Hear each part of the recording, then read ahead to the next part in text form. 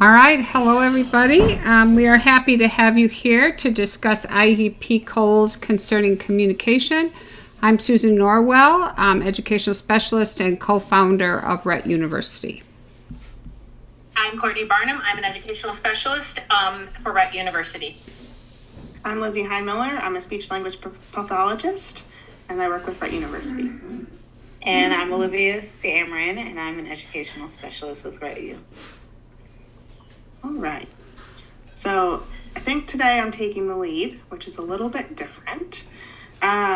So we're going to start with our goals with looking at assessment and progress monitoring, because that is really where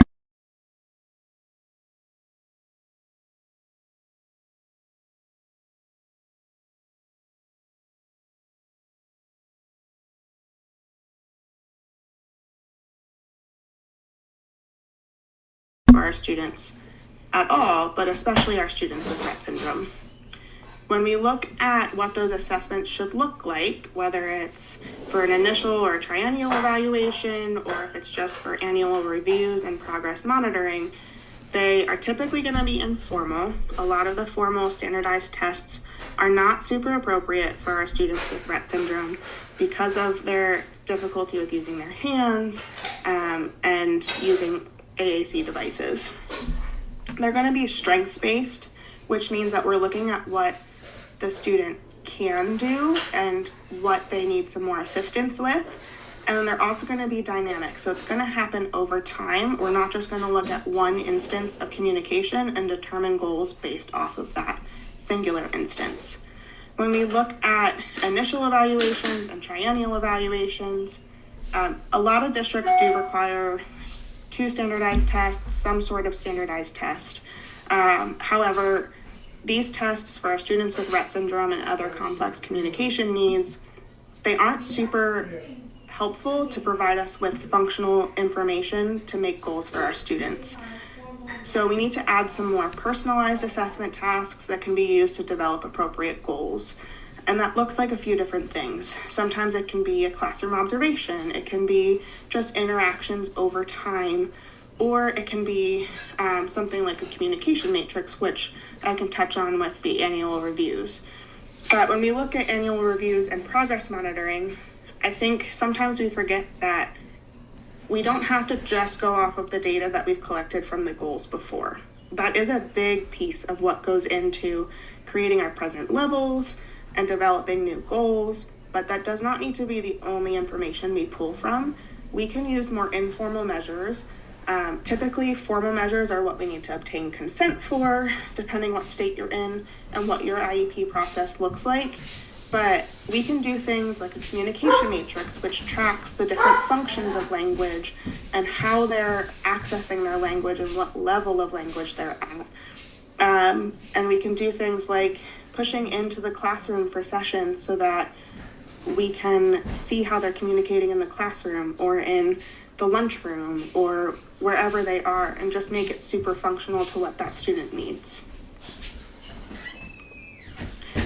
A lot of districts use the framework of SMART goals. Sometimes it's seen as slightly different things, must-do goals, but generally it creates a similar structure. And when it comes to the SLP world, SMART goals is used pretty commonly. So in order for it to be a SMART goal, it's going to be specific, measurable, achievable, relevant, and time-bound. So for a goal to be specific, it would mean that any provider or parent should know exactly what the student should do, what materials should be available or needed, the context to target the skill in. Are we doing it in the speech room? Are we doing it in the classroom for generalization? Are we looking at recess to look at some more of those play skills? And we should also know how to support the student.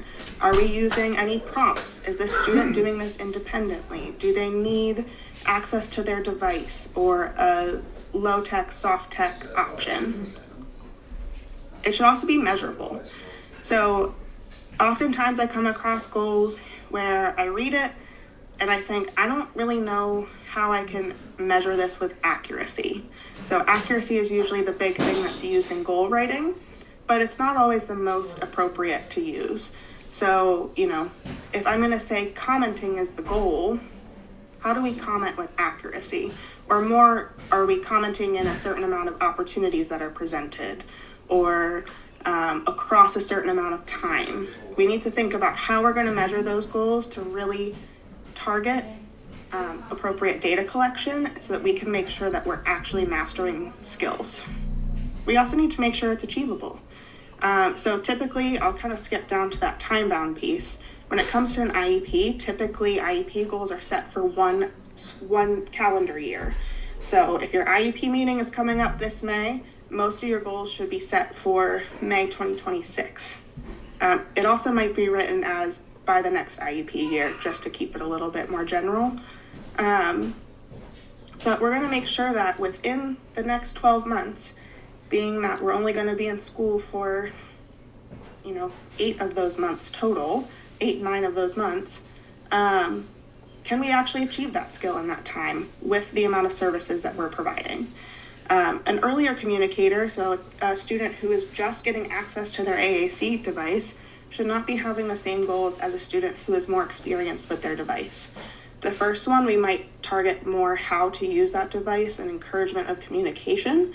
And the second one, we might be looking more at, targeting grammar skills or, asking appropriate questions, things that are a little bit more advanced.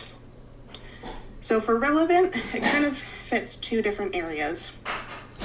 Typically with IEPs, we have to bring it back to the state standards.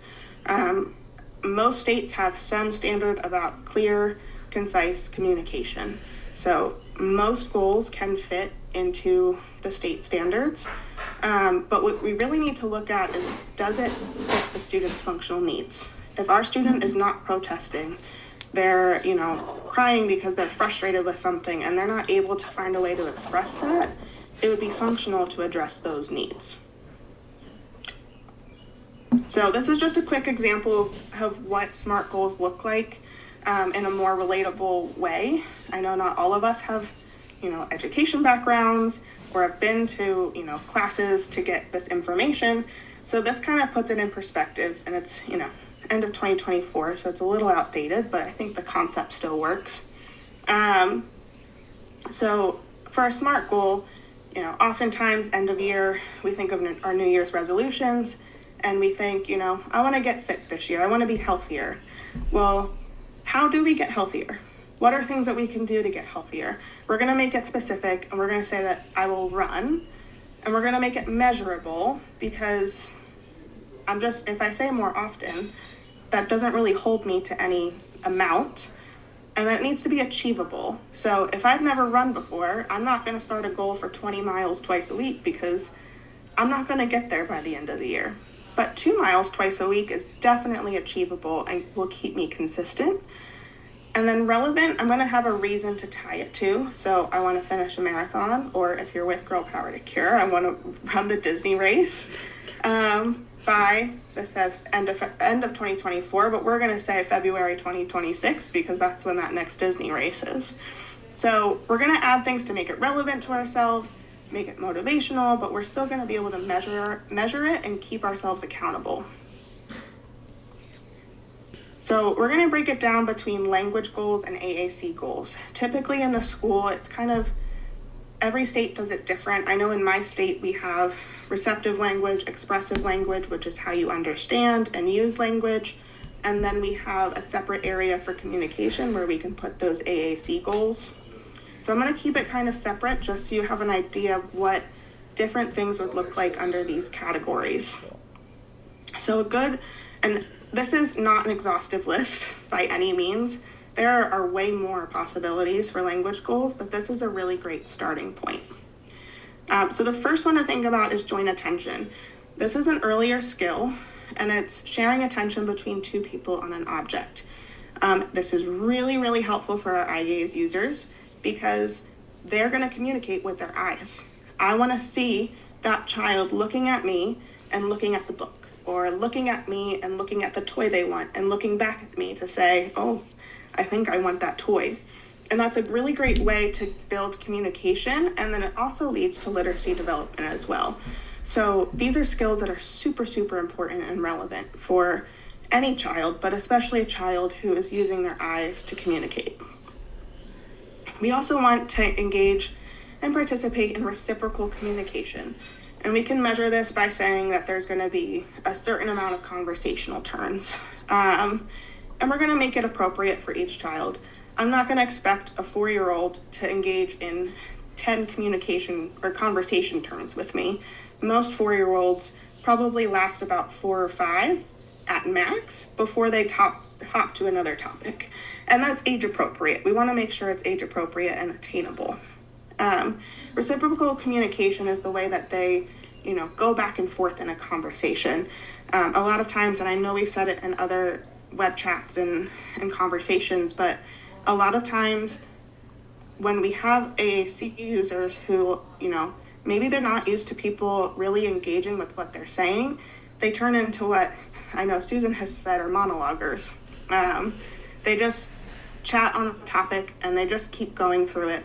And they don't really leave room for you to ask questions or to answer your questions or to ask you a question. So that's really just creating really good language skills and communication skills.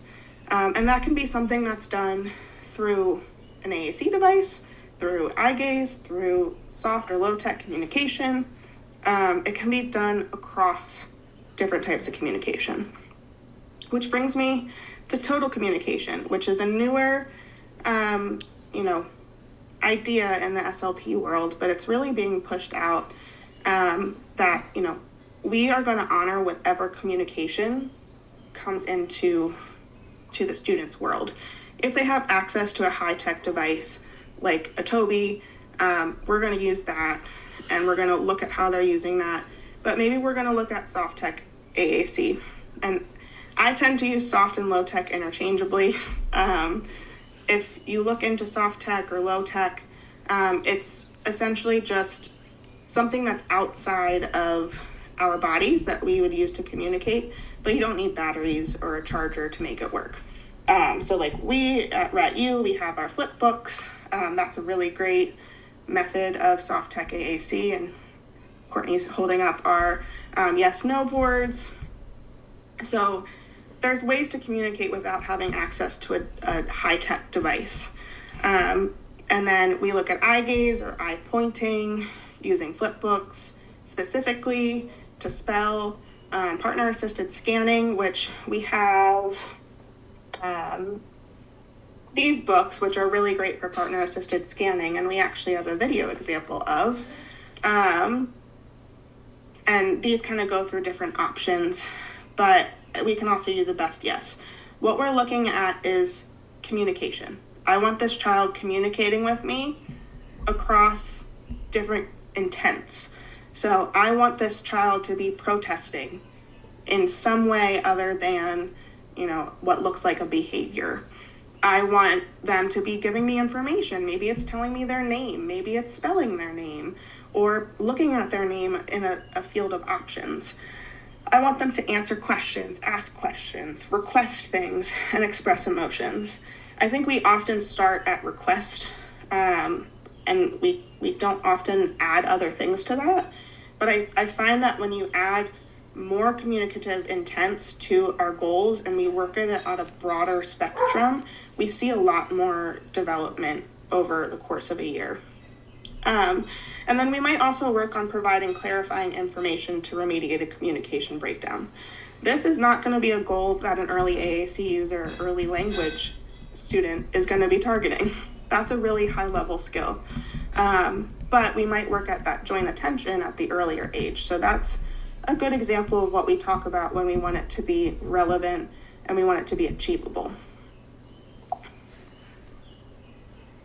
So this is a video of Susan, and I don't know, Susan, if you want to explain it, I can unmute you. Okay. I'll unmute. There we go. So, this little girl her speech therapist is on the other side of us, and we had read a story, and I was trying to help her reconstruct a narrative to be able to share her ideas with the speech therapist so that she could tell what we just did. So there's a lot of scaffolding going on, but she's loving it. It's one of my favorite videos. So enjoy.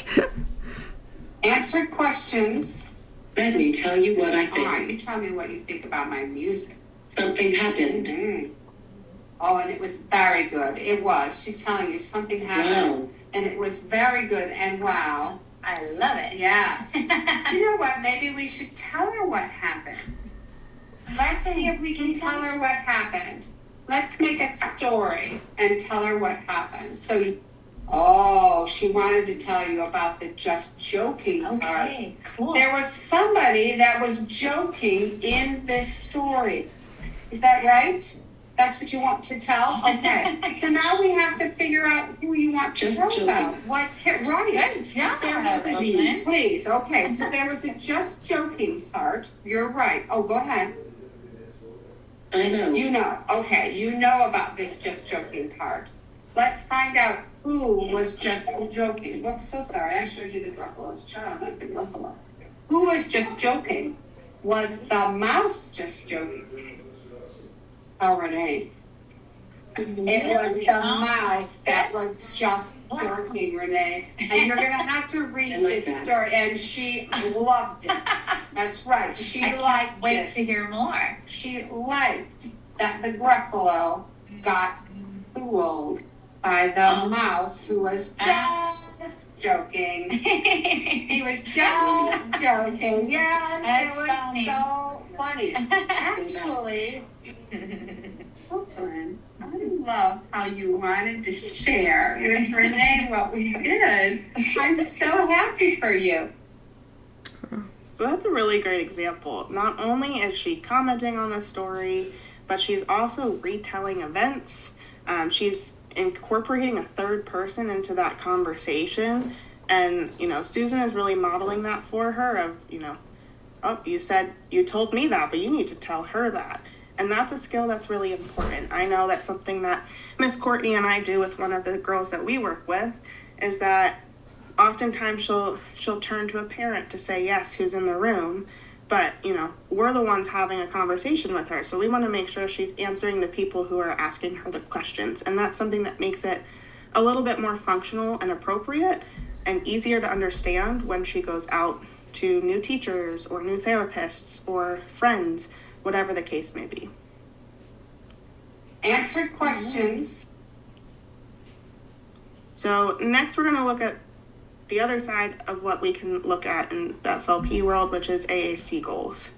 So there's a whole bunch of things that we can do with AAC, but typically we're looking at how they're using the device or how they're navigating the device. So this first one is a little bit higher level, but maybe we're using language units or phrases. Oftentimes on the Tobies, we have pre-programmed phrases. So it essentially would be one unit that they're pressing. But we're going to look at how they're self-advocating for the protection of their AAC device. We have, don't touch my Toby. I don't like that. Those are really important things because it's their voice. We're going to have them accessing pre-stored messages on their speech generating device. Or we're going to have, which are those phrases, or we're going to look at how are they combining units to make new meanings.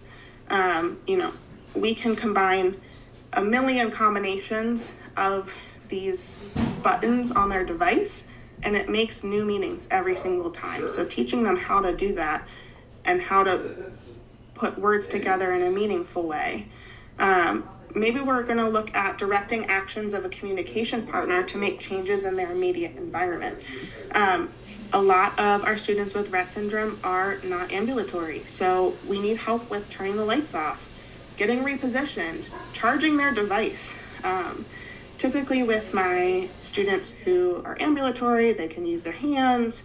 I'm going to teach them how to turn their device on and off. I'm going to teach them how to charge their device, because eventually it's going to be their responsibility to make sure that they have their voice on them and available and ready.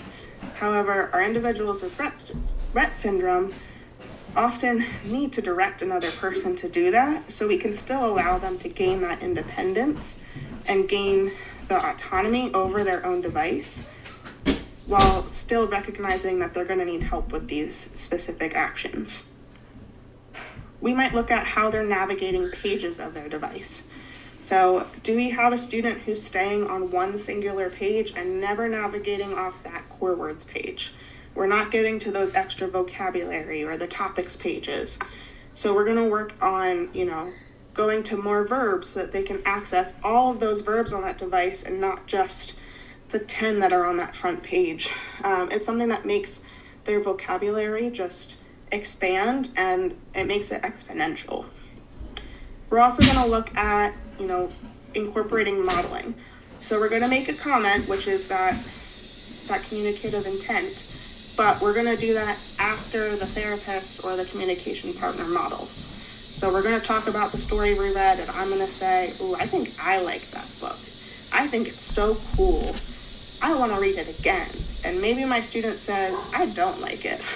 But we're modeling it and showing this is how you comment on this book, and they're going to use their device to do the same. And then the last two are really important, and I think a lot of times, because it's not as high tech, we forget these things need to be explicitly taught. So for partner assisted scanning through a low tech communication board, this is something that can be taught through modeling. It doesn't need to be taught through, a lecture per se, but, we can model on this board, oh, I think I like that. And we're going to open it and we're going to say, yeah, that's crazy, or that's great. And I'm going to model how to use that, and I'm going to help them scan through it and use their yes-nos to choose the answer that they would like. And then this also goes with the best yes as well. So we often teach the best yes method, which we have lots of trainings on. However, this is something that we need to teach as well. So we might start with indicating preferences. Would you like this food for your snack? Yes or no? Yes? Okay, here you go. No? Okay, I'll take it away. Something that's super practical and functional and allows them to make choices for themselves. And this is another video from Miss Susan. So just a little background. This little girl's just turned 2. The parents had just gotten her diagnosis. I was in New Zealand, and we had a conference, and they showed up at the conference. So she had never had any experience with symbols, yes, no, with nothing. And what she does here so naturally is so cool, but it's just something that you could build on. Years later, I saw her again because I went back every 2 years, and she took to a device like unbelievably. She did so great. So here we go. Wow. I think you are, wow, so adorable. Wow, wow, wow. Oh, you like? Yes. Well, you have a good yes. What do you want to tell me? You want to tell me yes? That's great. That's great. Oh my gosh, it's so great. You are so amazing. I'm going to tell you how I'm feeling. Sad? No. Happy? Yes. I'm happy. Right. Happy to see you. Happy to see you. Yes. Oh my goodness, you're a smart little button. Yes. Yeah, and so I think that was the earlier stages of this 4-grid, but that's the same setup as this 4-grid, so she really shows a great way how to incorporate that and still make it natural, but she's still teaching her how to use it. She's modeling those different words, and every time she gives a yes, she's honoring that yes. And that's how we teach how to develop those skills. Wow. Okay. Some other things to consider, and we only have a few minutes left, so I'll be Lizzie, I think we're going to go ahead and have to make this a 2-parter because we do only have a few minutes left. So we will wrap up at a certain spot, and then we'll continue it the next month. Yeah, I'll finish with the goal conditions, and then we can talk about how to build goals next time. Yeah. So when we look at goal conditions, we want to look at exactly what we're doing and what we're providing for this student to make sure that they're going to be successful every time. So am I going to give unrestricted access to a speech generating device? Typically, yes. Am I going to give modeling from a communication partner? Is that something that we're actively targeting? Or is that something that we should make sure is just happening to achieve this goal? We're going to add wait time prior to verbal prompts. We're going to give visual supports or verbal prompts.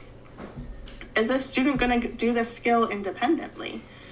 Is this something that we're just going to see how that skill is naturally developing? We're also going to look at giving a calm, regulated body. That's something that we use often with our students with Rett syndrome, because we can't really assess things while they're having, Rett episodes or just dysregulation. I certainly would not want to be assessed when I'm feeling dysregulated, so I don't think they want to be assessed while they're dysregulated.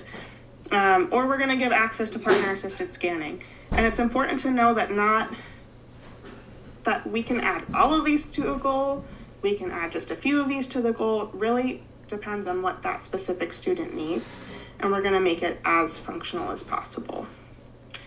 So we're going to leave it there, and we'll switch to building goals next time. But I will stop sharing my screen.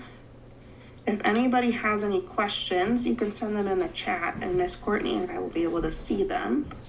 And the part 2 is going to be on May 20th.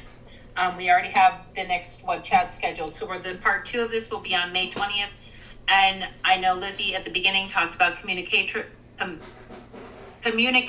matrix. And we are very lucky. We have been working with Communication Matrix, and they are going to do our June and July web chats and talk about the communication matrix. Good job. Can school purchase the grids you used? Yes, they can they can purchase the flip books and our grids from our webpage. Yeah, you have to go to the shop. Yeah, you have to go to the Girl Power to Cure shop. So if you go on our webpage and you go up to shop, it'll take you to our shop, and you can buy the flip books and the grids there.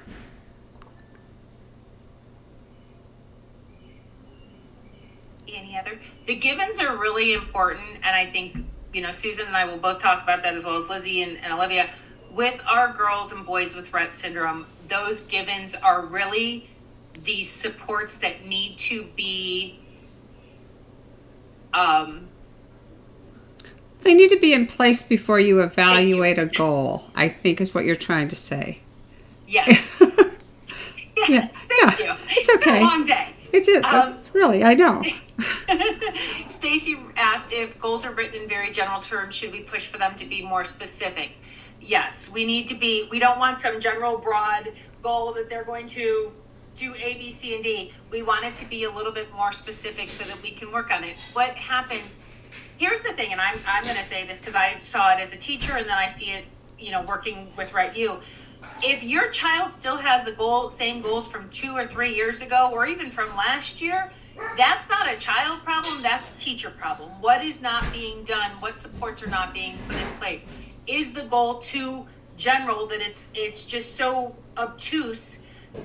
I always look at my IEPs when I'm doing my clients' IEPs, and I do it as a stranger. I don't know the child whatsoever, even though I do, but I'm reading it as a stranger. And if a stranger cannot understand what the child needs and what supports they need and what that goal is saying, then it is not an appropriate goal. Yeah, and the other thing is you've got to have, I really think, Lizzie, the part you brought up, which was so important, is you have to have a good present level for anybody to know where you're going. It's right. If I don't know I'm in Mundelein, I won't know how to get to Chicago, right? Because you have to know where you're starting from. And I think that oftentimes you get these very vague things like, I've seen present levels like, this is really a sweet little girl. She's so cute. We just love her in the classroom. And then they write goals. And I'm like, yeah, but what's she doing, that sweet little girl? What is she doing in these areas that you're now writing goals about? And they're like, well, we don't really have any data. Well, how do you know that she's going to increase it by 20% if you don't know where you start? So we tend to go through them with a fine-tooth comb. because I think we do want them to be all those things you mentioned at the beginning. We're big on SMART goals, but if they're not smart, then they don't really serve a purpose of being a goal that can be accomplished because we don't even know what it is.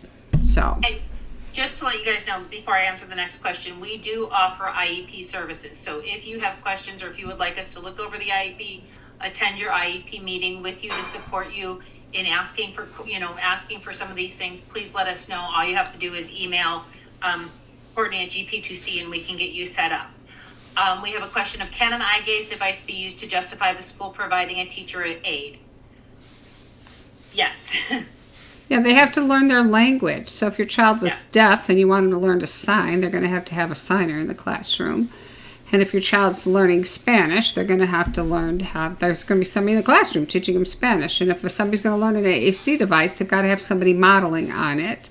And so if they have a goal for language development, then they have to have somebody modeling. And they may not say they want to provide them a one-to-one. They may say they want to rotate up 5 aides through the kid. And I usually say, no, we'll take 2, one in the morning and one in the afternoon, because if you put 5 people divided by the number of days, they're not getting enough hits on the device to learn it. That's the problem, is you've got to make sure that out of respect for the person that's going to be modeling, they need a chance to learn it. So if you divide it between too many people, then that's just not going to happen. But I feel sorry for somebody who's like all day, every day, and they don't never get a chance to go to the bathroom on their own or go eat on their own. I think and then if they're out sick, then everybody's up for grabs. But if you have 2 people, then somebody can take over for them. I think it's good practice.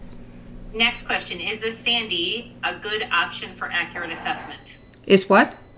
The Sandy, SANDI? I'm not familiar with that one. I'm not. Say I have not heard of that one. If it's a normed test that has gives you a developmental level or a score, I'm going to say no. I taught assessment for 10 years in a grad school program, and there's nothing that's been normed on kids that cannot speak and cannot use their hand. No form of any assessment. So unless it's a matrix, or the DAG, which are looking at what they can do based on what their skills are, that's fine. It can be, it's not norm reference. There's not scores that come out of it. It just says they can do this or they can't do that. Then it's not probably going to be a good assessment. The Sandy. Said that it's based on parent-teacher observations. Oh. Does it give you a score, or is it just descriptive? I am not sure. Nicole, if you can answer that, is it no scores? Okay, so it's just more of a descriptive. Oh. That would be anything. And that's when you look at, when we go into more of the communications matrix and the DAG from Toby Dynavox.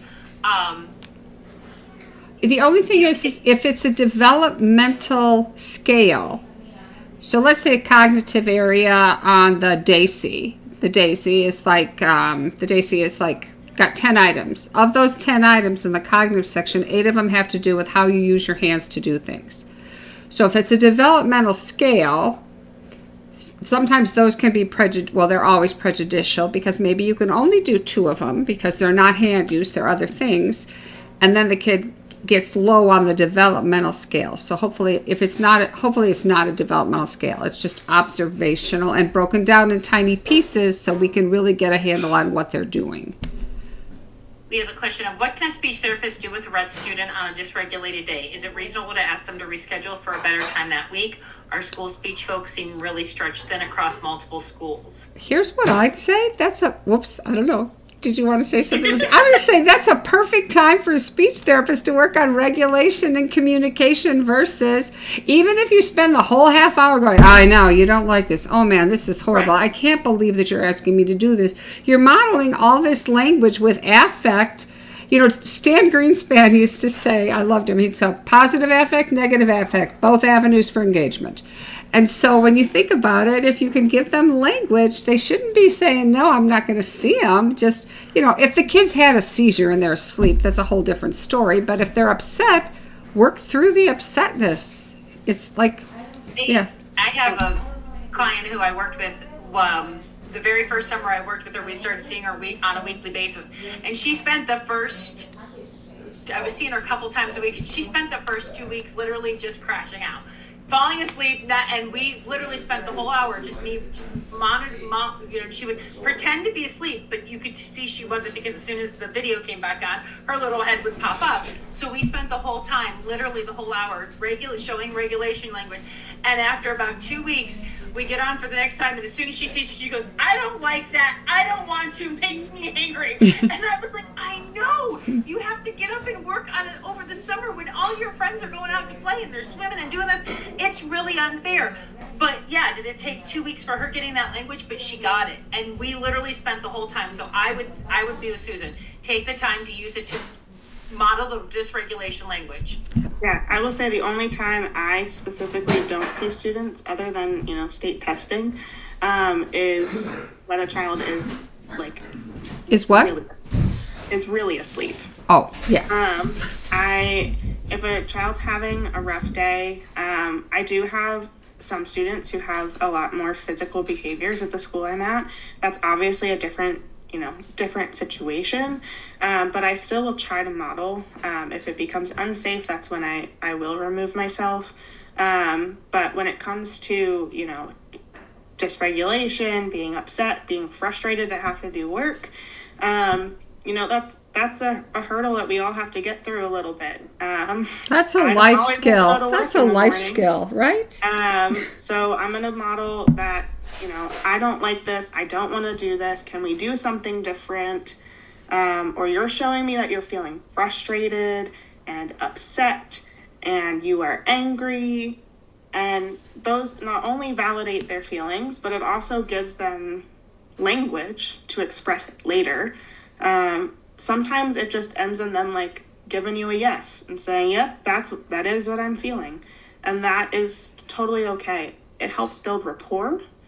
What we don't want is to continue pushing some of those more structured activities that are super, super frustrating. We don't want to make the session become an avoidant task to begin with. So we can dial it back a little and make it a little bit more functional in that moment. But then we're going to try again next time, or we're going to try at the end of the session to do something more structured once they are regulated. We have to teach them how to regulate. That's part of our job too. Well, they get the prize for the most questions. This group right here. You guys are doing really good. Any other questions?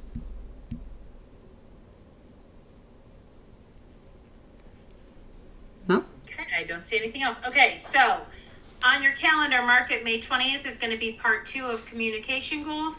We're going to kind of call this the summer of communication because, like I said, during June and July, we're going to have communication matrix helping us out with talking about the communication matrix, which myself, Susan, and Lizzie are trained in, and we're going to teach Olivia. It is a great, Lizzie and I actually got to do it for one of our clients, and it was a really great way to see what the child was able to do and to compare with her team had actually used it at school and too. So it was really, really interesting to see That's a nice word for it. Eye-opening. It was eye-opening. Yes, what our impression of what our client could do and what their impression of what our client could do. So, I would definitely say June and July, May, June and July would be really great months to join us for web chats because we will be talking about a lot of stuff communication. This will be up on our page in the next couple of days, and it will also be up on our YouTube questions. If you guys have any questions, please don't hesitate to email us. I'm going to give my email, and I can parse it out to where it goes, Courtney@gp2c.org. And we appreciate everybody coming tonight, and we will see you on May 20th. All right. Bye, everybody. Bye, guys. Bye, everyone.